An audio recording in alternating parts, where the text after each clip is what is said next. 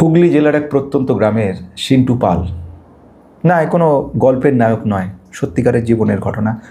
আমাদেরই বন্ধু, বহুবার মেল করেছে আমাকে।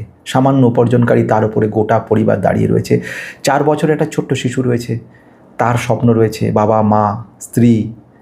সামান্য মাইনে, মাত্র 11,000 টাকা মাইনে, কিভাবে চলবে জানে না, তার মধ্যে দিয়ে স্বপ্ন দেখে চলেছে। বলছে, স্যার আপনাকে ভগবানের মতো মনে করি, একটা উপায় বের করে দিন।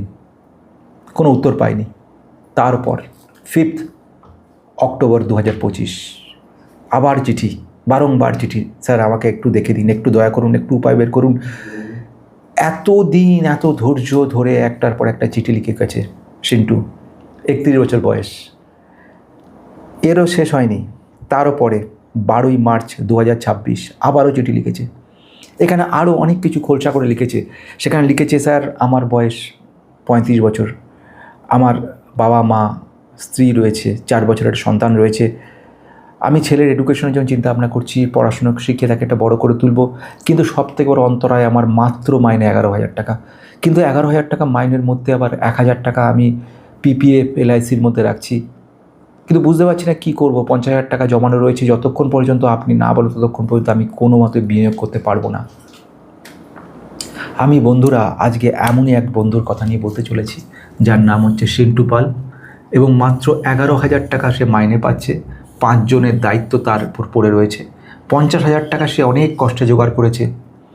কিন্তু যদি সে ভুল জায়গায় লাগায় তাহলে কিন্তু তার সব টাকা শেষ হয়ে যাবে।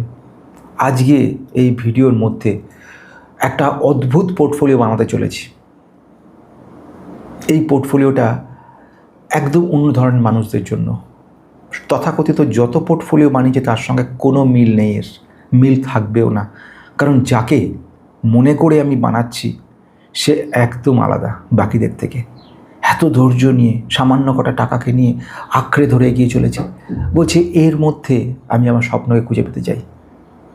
এমন মানুষ, এমন ভালোবাসা কজন পায়? সত্যি নিজেকে খুব গর্ববোধ করে যখন 12 ঘন্টা 14 ঘন্টা ডিউটি করে বাড়ি ফিরে তারপরে আর ইচ্ছা করে না। সাধারণ মানুষ তো, বয়স তো হচ্ছে অনেক। শুরু তো করেছিল একদিন যখন এই বোর্ড আর এই পেন নিয়ে। এছাড়া বেশি কিছু তো ছিল না, না জানি অ্যানিমেশন, না জানি এডিটিং, না জানি কিচ্ছু না। সাধারণ একটা পুরনো বোর্ড কবেকার, আর কয়েকটা পেন, আর সেই পুরনো জামা, সেই পুরনো সব কিছু, নতুনত্ব কিচ্ছু নেই। তা সত্ত্বেও এত ভালোবাসা, এত কিছু ভাবা যায় না। ছেলেটা লিখছে যে আপনি সাধারণ মানুষের ভগবান, আপনার উপর পুরো ভরসা করে আছি। এই অবস্থা তো লিখছে, যেটুকু করুন গুরু দক্ষিণা দরকার, আমি তাতে রাজি আছি। ভাবো সিন্টু, তোকে যে কথা বলার, তো আমি তোকে তুই করে বলি, যাদেরকে খুব পছন্দ হয়ে যায় তাকে তুইতেই চলে আসি। তাই তোকে তুই করে বললাম, কিছু মনে করিস না। এখন যে ভিডিওটা করতে চলেছি শুধু তোর দিকে লক্ষ্য করে, তোর দিকে তাকিয়ে তোকে শুধু কিছু জিনিস বলে যাব, সেগুলোকে একটু মন দিয়ে শোন। আর যদি তুই মনে করে নিস যে, নিশ্চয়ই মনে করেছিস বলেই এরমভাবে চিঠিগুলো লিখেছিস, এত আবেগপ্রবণভাবে, তোর হৃদয়ে স্পর্শী চিঠি লিখেছিস, যেগুলো সব কাজ ফেলে তোর জন্য তৈরি করতে আমি বাধ্য হলাম। অনেকটা সময় নিয়ে, প্রচুর সময় ধরে এই সমস্ত পোর্টফোলিও অ্যানালাইসিস করতে পারে। কিন্তু এগুলো লক্ষ্য থাকে। যখন আমি পোর্টফোলিও অ্যানালাইসিস করতে যাই, তোরা বিশ্বাস করবি কি করবি না জানি না, তখন কিন্তু ঈশ্বরকে প্রার্থনা করে আমি বসি বেশ কিছুটা সময় ধরে, যে যেন এটা দিয়ে একটা মানুষের যেন একটু উপকারও যেন করতে পারি। গোটা জন্মের মধ্যে জীবন কেটে যায়, বয়স কেটে যায়, মাথার চুলে পাক ধরে যায়, টাক পড়ে যায়। দেখতেই পাচ্ছিস কত বছর ধরে চালিয়ে যাচ্ছি, এরও বহু আগে থেকে চালাচ্ছি। সেই পুরনোভাবেই এগিয়ে যাচ্ছি, কিছু নেই তবুও সব কিছু নিয়ে এগোচ্ছি, অনেক আশা নিয়ে। যে মানুষগুলো এত ভরসা করছে, এতটা ভরসা করে রেখেছে চোখ বুজে, যে এত বছরের সমস্ত টাকা রেখে দিয়েছে, সে টাকাগুলোকে শুধু আমার কথা ভেবে, আমার চিন্তা করে। আমরা তো একটা কথা বলে খালাস হয়ে যাই যে this video is only for education purpose, no buy sell recommendation, before investing please consult yourself or your advisor, past return cannot guarantee future performances. ব্যাস, কাজ শেষ। কিন্তু এরপরের যে জগৎটা রয়ে গেল, যেখানে ভালোবাসা, শ্রদ্ধা, বিশ্বাস, যার উপরে দাঁড়িয়ে রয়েছে গোটা বিশ্ব, গোটা পৃথিবী ঘুরছে যে বিশ্বাসের উপরে। তাই তো, বিশ্বাসের উপরে তো ঘুরছে পৃথিবীটা, তাহলে পৃথিবী ঘুরছে কার উপরে? বিশ্বাস। সেইখানে আঘাত দেওয়া হয় না? সেই বিশ্বাসের আঘাত, এর থেকে বড় কিছু আছে? এর থেকে বড় পাপ কিছু আছে? আজকে আমি যদি তোর জায়গায় থাকতাম সিন্টু, আমি যেভাবে বানাতাম, চিন্তা করতাম, ঠিক তোর জায়গায় বসে আমি কিন্তু সেইভাবে ভেবেছি। আমি একদম অন্যরকমভাবে তৈরি করতে চলেছি। অনেক কথা হলো, এবারে কাজের কথা আসা যাক। সবই কাজের কথা, কোনো ফেলার কথা নয়, কিন্তু যে কথাটা এখনই বলবো একটু অন্যভাবে তৈরি করছি তোকে। আসা যাক, তুই এখানে যে বেশ কিছু কথা লিখেছিলি তার সংক্ষেপে যদি করে আনি। 1 নাম্বার, তুই বলেছিলি একজন বাবা তার ছেলের ভবিষ্যৎ তৈরি করার জন্য চেষ্টা করছে। এই পোর্টফোলিওটা শুধু ছেলে নয়, গোটা পরিবারের ভবিষ্যৎ বদলে দিতে পারে। আর সেই প্রার্থনা নিয়ে আজকে আমি শুরু করতে চলেছি। এই কথাটা বলতে চলেছি, আমি 4টে স্টেপে ভাগ করছি। এই স্টেপগুলোকে খুব সহজভাবে মনে করে নিতে হবে। প্রথম যে কথাটা বলবো সে স্টেপটা হচ্ছে আগে সিকিউর করা, অর্থাৎ তোমার 3 থেকে 6 মাসের যে ফান্ড, ইমার্জেন্সি ফান্ড, সেটাকে কিন্তু ঠিক করতে হবে। ইমার্জেন্সি ফান্ডে যেন কোনো হাত না পড়ে, এটাই কিন্তু লক্ষ্য রাখবে। ফার্স্ট কাজ হয়ে গেল। সেকেন্ড কাজ কি করবে? সেকেন্ড কাজ হচ্ছে স্টেবল কিছু টাকা রাখবে। অ্যারাউন্ড আমি সেখানে রেখেছি 40% একটা স্টেবল জায়গা রেখেছি। মিড ক্যাপে একটু রিস্কি কিছু 20% রেখেছি, এবং রিস্কি জায়গায় মাত্র 10% রেখেছি। এতটাকে ভেঙে গেছি। তাহলে আসা যাক প্রথম দিকে। ফার্স্ট ঘটনা যেটা আমি বলবো, প্রথম কথা, সেটা হচ্ছে 1 নাম্বার পয়েন্ট। প্রথম পয়েন্টটা হচ্ছে ইমার্জেন্সি ফান্ড তৈরি করো। এমন একটা ফান্ড তুমি তৈরি করো যে ফান্ডটা তোমার হঠাৎ করে কোনো কাজে লাগলো। ইমার্জেন্সি কথার কথা, জাস্ট ফর এক্সাম্পল বলছি, এরকম না হোক কারুর চাকরি চলে গেল বা এমন পরিস্থিতি হলো টাকার হঠাৎ দরকার পড়ে গেল, তখন তুমি কী করবে? তার জন্য তোমাকে প্রথম কাজ হবে একটা ইমার্জেন্সি ফান্ড তৈরি করা। এই ইমার্জেন্সি ফান্ড বা জরুরি ফান্ডের মধ্যে তোমার স্যালারি 3 থেকে 6 মাস এই টাকাটাকে রেখে দেবে। অর্থাৎ তোমার স্যালারি 11,000 টাকা, তার মানে 33,000 থেকে 66,000 টাকা একটা ফিক্সডের মধ্যে রেখে দাও। এর মধ্যে তুমি কি করবে? ব্যাংকের ফিক্সড ডিপোজিট করে রাখতে পারো। বোঝা গেল? এটা ব্যাংকের ফিক্স হতে পারে বা সেভিংস হতে পারে, এরকম জায়গা তুমি রেখে দিলে 1 নম্বর কাজ শেষ হয়ে গেল। যেই দেখে নিলে তোমার এই কাজটা শেষ, তখন তুমি দ্বিতীয় দিকে মাথা ঘামালে, এবং সেটা কি হলো? সেটা হচ্ছে সেকেন্ড জায়গায় আমি যেটাকে বলবো স্টেবল এবং steady growth risk fund, low risk low growth fund. হ্যাঁ, এই গ্রোথ ফান্ডটাকে আমি কতটুকু অ্যালোকেট করতে বলছি? আমি অ্যালোকেশন করতে বলছি 40% অ্যালোকেশন তুমি এখানে করছো। তার মানে এটা করছো কত? 40% অ্যালোকেশন তুমি এখানে করে রাখছো। এই অ্যালোকেশনটা কিসে রাখছো তুমি? এখানে তুমি কিন্তু ইন্ডেক্স ফান্ড রাখবে। মানে আমি এখানে বলেছি নিফটি 50 ইন্ডেক্স ফান্ডে তুমি টাকাটা রাখবে। কত পরিমাণ টাকা তুমি এখানে রাখা উচিত? তোমার এক্ষেত্রে রাখা উচিত অ্যাটলিস্ট 20,000 টাকা তুমি এখানে রেখে দেবে উচিত। 20,000 রুপিস তুমি এখানে কিন্তু রেখে দেবে। বোঝা গেল? দ্বিতীয় ক্ষেত্রে আমি এবারে আসছি। তুমি দেখেই মনে করবে যে কীসব স্টকগুলো আমার বললো না স্যার, যেগুলো দরকার ছিল সেগুলো বললো না। কত রকম স্টক ঘুরে বেড়ায় চারিদিকে, যেগুলোতে ইনভেস্ট করলে, আজ ইনভেস্ট করলেই 5 বছর পরে গিয়ে 2 গুণ 3 গুণ হয়ে যাবে। নো, অনেক কষ্টের টাকা। এই টাকাটা থাক এখন, ভবিষ্যতে যখন হবে তখন আবার আমার সঙ্গে কথা হবে, তখন তোমাকে আমি সেগুলো অ্যাডভাইস করে দেবো। বোঝা গেছে? এখন 40% টাকা তুমি কিন্তু এখানে রেখে দিচ্ছ। বোঝা গেল? সেকেন্ড পয়েন্টে আমি যাব, সেটা আরেকটা ইন্টারেস্টিং পয়েন্ট। সেকেন্ড, এবারে তুমি যেটা রাখবে সেটা হচ্ছে লার্জ ক্যাপের কিছু টাকা রেখে দেবে। লার্জ ক্যাপ স্টকের মধ্যে কিছু টাকা রাখবে। এইগুলো লার্জ ক্যাপের বিশিষ্টতা হচ্ছে স্টক মার্কেট যত পড়ছে তত কিন্তু এই ধরনেরগুলোতে, স্টকগুলোতে তুলনামূলক কালেকশনটা, পরিমাণটা কম থাকছে। ঠিক আছে? তাহলে এই ক্ষেত্রে তুমি কি কোম্পানিতে রাখতে পারো? এই কোম্পানিতে এখানে তুমি রাখতে পারো। 1 নম্বর হচ্ছে রিলায়েন্সে তুমি রাখতে পারো, RIL বলছি। সেকেন্ড ওয়ান, তুমি TCS-এর মতো কোম্পানি, TCS বা ইনফোসিস অথবা HCL টেকনোলজি, এই 3টের মধ্যে একটা রেখে দিলে, তাহলে এই একটা রাখলে, এই একটা রাখলে, আর তৃতীয়ত যেটা রাখছো HDFC ব্যাংকে তুমি রেখে দিলে। বোঝা গেল? এই 3টে কাজ তোমায় করতে হবে। কিন্তু এখানে কত পরিমাণ টাকা রাখছো? এখানে টাকার পরিমাণ হচ্ছে 30% টাকা তুমি রেখে দিচ্ছ। 30% টাকা, 15,000 টাকা তুমি কিন্তু এখানে রেখে দিচ্ছ। বোঝা গেল? তাহলে আমি এখানে 15,000 টাকা রেখে দিলাম। বেশ, হয়ে গেল। এখানে আমি কত রেখেছি? 20,000 টাকা রেখে দিলাম। বোঝা গেল?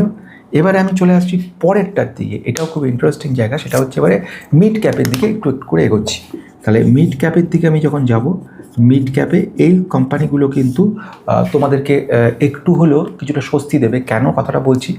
তার কারণ হচ্ছে রিলায়েন্স বলো বা TCS, HCL, এরা ডিভিডেন্ড দিচ্ছে অল্প বিস্তর, আর সঙ্গে সঙ্গে একটা স্টেডি গ্রোথ দিচ্ছে।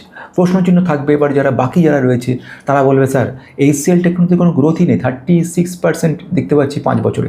ঠিক কথা না?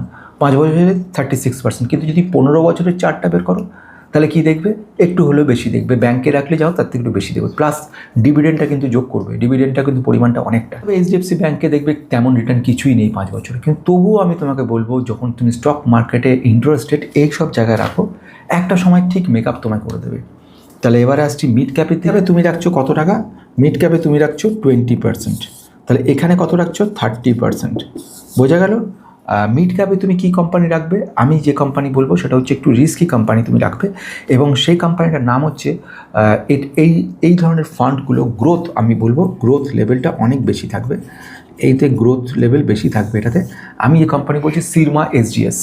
সিরমা এসজিএস কিনা আগেও বলেছি, আর নতুন কিছু বলার নেই, আগের ভিডিওতে তুমি দেখে নিতে পারো। খুব সংক্ষেপে যদি দু একটা কথাও বলে নিই, কোম্পানিটা কিন্তু ইলেকট্রনিক ম্যানুফ্যাকচারিং সার্ভিসেসের উপর দারুণ কোম্পানি। ডিটেলস আমি ওখানে বলেছি, ভ্যালুয়েশন একটু হাই রয়েছে, কিন্তু যত সময় যাবে তত আস্তে আস্তে কোম্পানি কিন্তু গ্রোথটা বাড়বে। হয়ে গেল। সেকেন্ড ওয়ান কি? KEI industries. তাহলে কেইআই ইন্ডাস্ট্রিজের কথা আমি বলছি।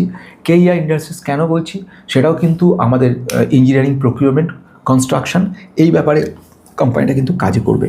তার মানে আমি প্রথমটা বলেছি সিরমার কথা নিয়ে, আর সেকেন্ডের কথা যদি নিয়ে বলি সেটা কিন্তু খুব রিস্কি এই দুটো, কিন্তু তবুও আমি বলবো যে ভবিষ্যতে ইন্ডিয়ার যখন আরও গ্রোথ লেভেল বাড়বে তখন দেখবে এই কোম্পানিগুলো খুব সুন্দর রিটার্ন দেওয়া শুরু করবে।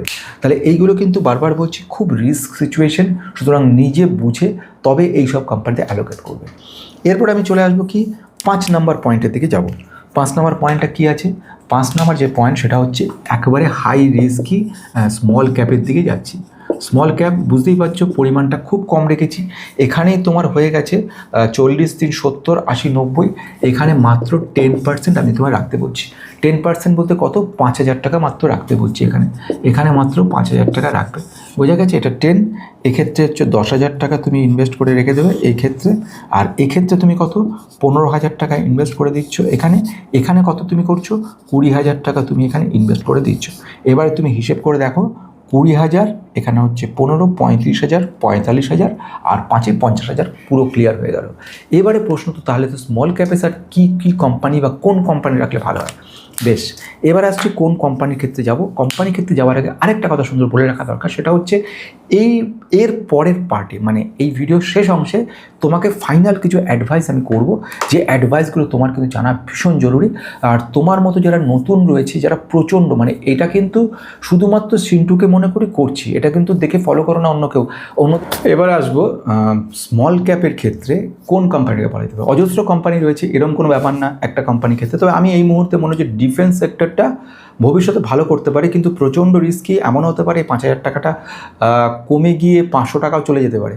কিন্তু আমি যে কোম্পানির কথা বলছি অ্যাপোলো মাইক্রোসিস্টেম, কথাটা কেন বললাম? কোম্পানির ডিফেন্স সেক্টরের প্রচুর উন্নতি করেছে। যদি ডিটেলস জানতে চাও কেউ, আমি অবশ্যই অ্যাপোলো মাইক্রোসিস্টেম নিয়ে এরপরে ভিডিও করব, সেকেন্ড ভিডিও, নেক্সট ভিডিও দেখতে পারবেন।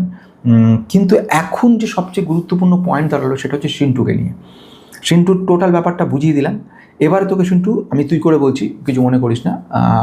দেখ, এবারে তোর আসল সবচেয়ে গুরুত্বপূর্ণ পয়েন্ট এখান থেকে শুরু হবে কাজ। তোর বয়স হিসেব যেটা তুই দেখালি 35 মোটামুটি হয়ে গেছে, 35 বছর হয়ে গেছে। এবারে তুই রাখতে চাইছিস কত দিনের জন্য? মোটামুটি মানে হোল্ড করতে, যে 15 থেকে 20 বছর তুই টাকাটাকে রাখতে চাইছিস, মানে 15 to 20 বছর তোর টাকাটা থাকবে। বোঝা গেছে? এবারে প্রশ্ন আসছে, এই যে 15 থেকে 20 বছর টাকাটা থাকবে, এই টাকাটা কতটা গ্রোথ করতে পারে, তোর কতটা প্রয়োজনীয়তা রয়েছে, এখানেই সবচেয়ে বড় পয়েন্টগুলো বলবো।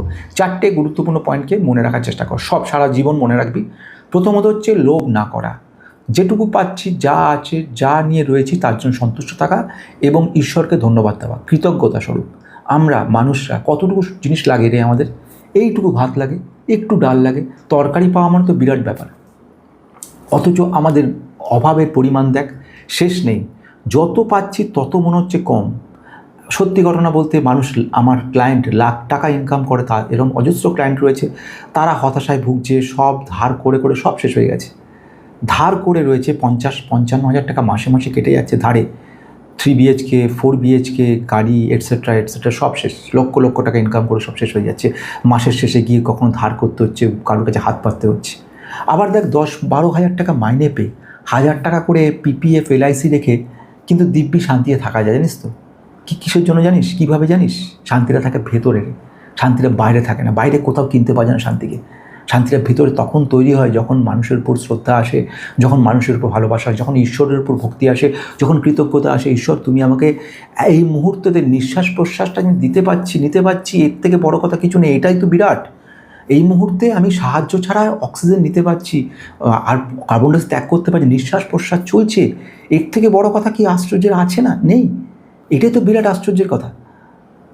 সুস্থ রয়েছিস, ভালো রয়েছিস, শান্তিতে আছিস, যা পেয়েছিস, যা হাত পেয়েছিস, এই জন্য ধন্যবাদ দে ঈশ্বরকে, প্রথম কাজ।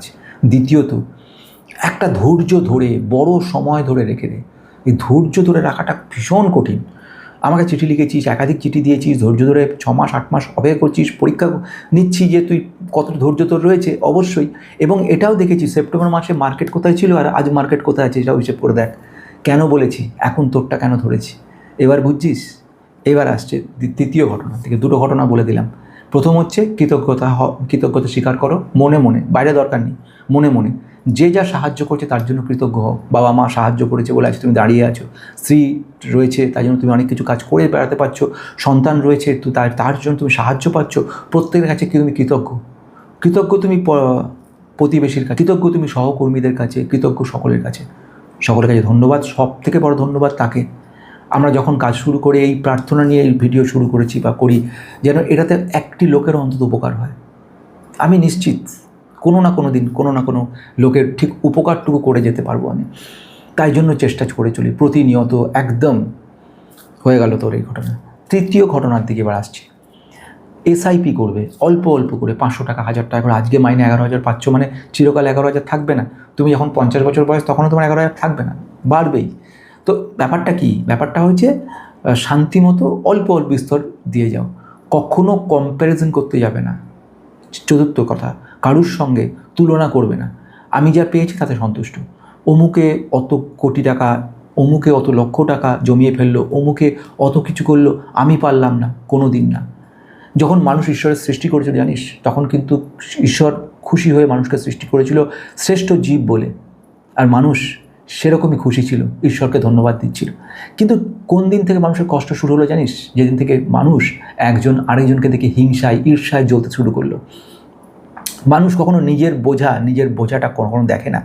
ঈশ্বর যখন দুটো ঝোলা দিয়েছিল মানুষকে, দুটো ঝোলা, একটা হচ্ছে নিজের পাপের ঝোলা আর একটা হচ্ছে অন্যের পাপের ঝোলা, মানুষ কী করলো জানিস? মানুষ অন্যের পাপের ঝোলা সামনে রাখলো আর নিজের পাপের ঝোলা পিছনে রেখে দিল। শুধু অন্যের সেই ঝোলা দেখতে থাকলো, কে কত ইনকাম করেছে, কে কত টাকা জমাতে পেরেছে, কে কত কিছু করতে পেরেছে। সেই দেখতে দেখতে তার জীবন কেটে কারোর নিজের উন্নতি সে করতেই পারলো না। জীবনের শেষ দিনে গিয়ে সে হাসপাতালে বেডে গিয়ে তখন সে বলছে, হায় রে, মহামূল্যবান জীবনটা পেয়েছিলাম, আর পাবো না, আর কোনোদিনই এই জীবন আসবে না। সে বয়সও আসবে না, সময়ও আসবে না। কীভাবে কাটিয়েছি সময়টাকে? শুধু অন্যের ভুল ত্রুটি, অন্যেরকে নিয়ে পরনিন্দা পরচর্চা করে জীবন কাটিয়ে ফেলেছি। এই কাজ আর নয়। আজ থেকে পুরো কনসেন্ট্রেট থাক, এক, ঈশ্বরের উপরে বিশ্বাস, কৃতজ্ঞতা স্বীকার করো ঈশ্বরের কাছে। 2 নম্বর, যা পেয়েছো ভাত আর ডালটুকু, ওটা নিয়ে দারুণ আনন্দে থাকো, কিচ্ছু অসুবিধা নেই। তৃতীয়ত, কাউকে ঈর্ষা নয়, কে কী পেলো কে কী করলো তা নিয়ে দেখার দরকার নেই। 4 নম্বর, লং রানে 400 500 200 100 যা পাবে, যেটুকু পাবে জমা দিতে থাকো। এসব কথা আমি কাউকে বলি না, অন্য কাউকে বলছিও না, কারণ অনেকের কাছে এটা জ্ঞান মনে হবে, খারাপ মনে হবে। কিন্তু গোটা জীবন ধরে যেটুকু উপলব্ধি করতে পেরেছি, নিজে যে হতাশায় ভুগেছি, যে জিনিসের জন্য আজকে আমি সেখানে পৌঁছতে পারিনি যেটা দরকার ছিল, সেগুলো যাতে তোরা অল্প বয়সী যারা রয়েছিস তা যেন এই ভুলটা না করে, এইটা মনে করে এইসব কথাগুলো কিন্তু এখানে বলছি। না হলে এগুলো বলার তো কথা নয়। আজকে শেষ করতে চলেছি খুব গুরুত্বপূর্ণ শেষ কয়েকটা কথা বলে। প্রথম ঘটনা হচ্ছে, সব ইনভেস্টমেন্ট এক জায়গায় নয়। 2-3 মাসের মতো টাকা যখন তুমি ইনভেস্ট করছো, সেটাকে একটু আলাদা করে নাও। আমি আবারও বলছি, কথাটাকে ভালো করে বোঝো। তোমাকে আমি 50,000 টাকার ভাগ করে দিয়েছি, সুন্দর ভাগ করে দিয়েছি। এ ভাগের মধ্যে থেকে কয়েকটা জিনিসকে মনে রাখো, পুরোপুরি একবারে লো রিস্কে 20,000 টাকা একদিন দিয়ে দেবে না।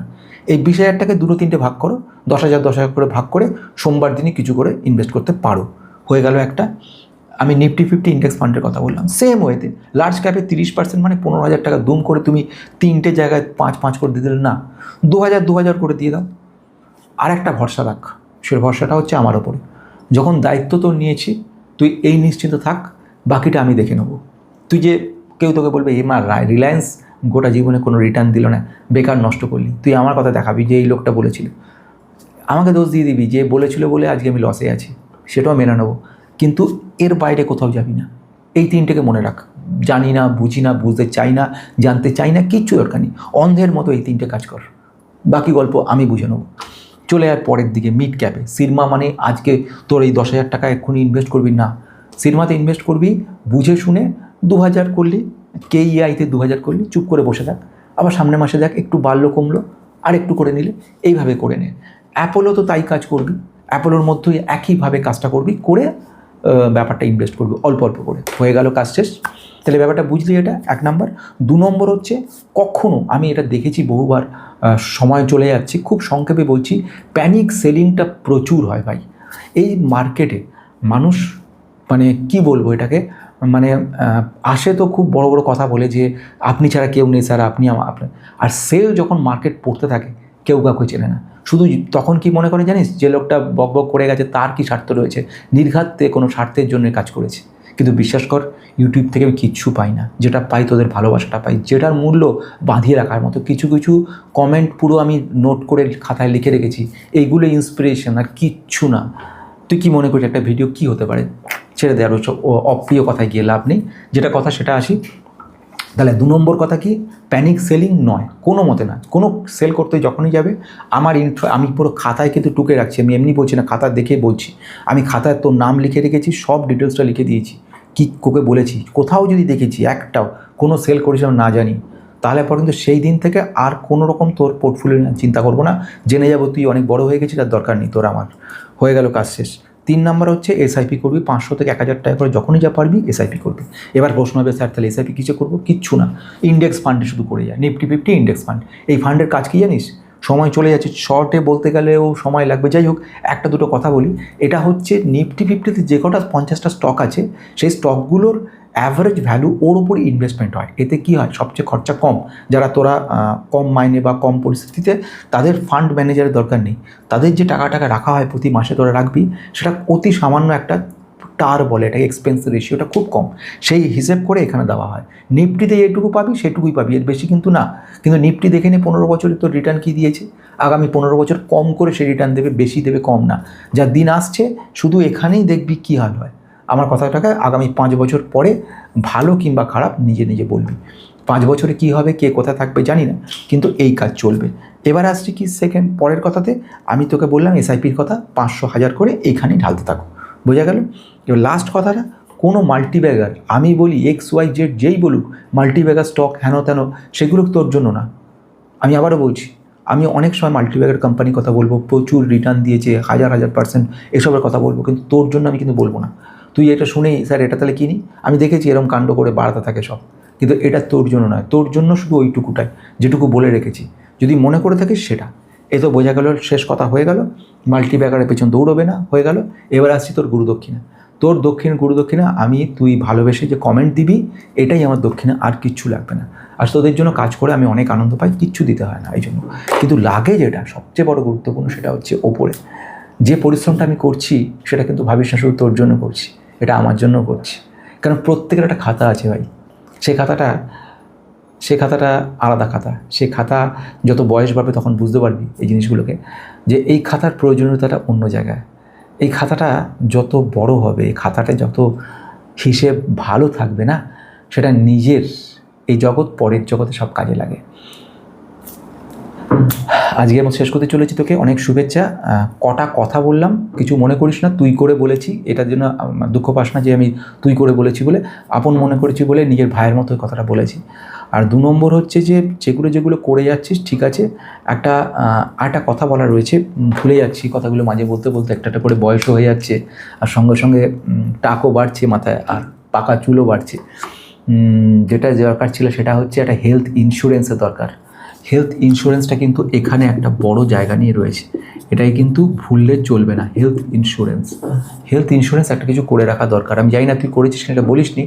দেখ, হেলথ ইন্স্যুরেন্স অনেক রকম হয়, কিন্তু এটার দরকারটা রয়েছে, একদম অবজ্ঞা করা যায় না।